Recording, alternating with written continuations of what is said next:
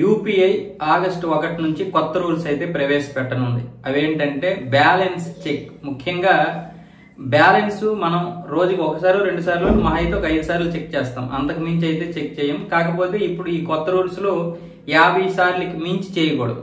కానీ వాస్తవానికి మనం అన్ని సార్లు చేయం కదా, దీనివల్ల మనకేం పెద్దగా ప్రభావం పడదు.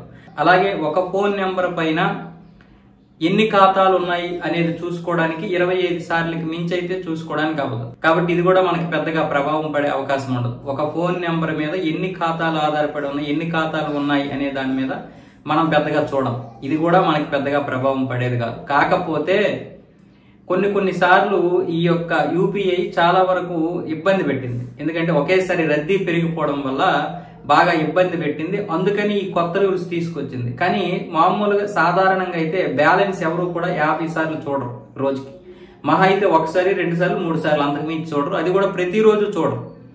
ఏదో డబ్బులు పడ్డాయి అన్నప్పుడు, శాలరీ వచ్చినప్పుడు, ఖర్చు చేసినప్పుడు, ఇంకేదో రోజుకి మహా అయితే యావరేజ్గా, అంటే నెలకి మనం 30 నుంచి 40 సార్లు లేదా నెలకి 50 సార్లు చూస్తాం. అంటే యావరేజ్గా 1 నుంచి 2 సార్లు మాత్రమే రోజుకి చూస్తాం అనమాట. కాబట్టి ఇది మనకి పెద్దగా ప్రభావం పడేది కాదు. అలాగే ఈఎంఐలు లేదనుకుంటే ఆటో పేమెంట్లు ఏవైతే ఉన్నాయో అవి మనం ఎప్పుడైనా చెల్లించుకోవచ్చు. కానీ వాటి యొక్క సంస్థలు మాత్రం మనకి ఏదైతే అప్డేట్ ఇస్తాయో అది మాత్రం ఒక రద్దీ లేని సమయంలో మాత్రమే చేసుకోవాలి.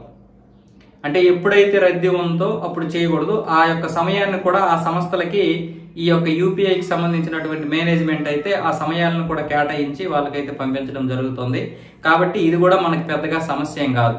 ఇక అవన్నీ కంపెనీలు చూసుకుంటే మన ఆటో పేమెంట్లు ఏవైతే ఉన్నాయో ఆ పేమెంట్లు కట్ చేసుకోవడం అనేది ఆ సంస్థల బాధ్యత. కాబట్టి మనకి దీనివల్ల వచ్చిన నష్టం ఏమీ లేదు.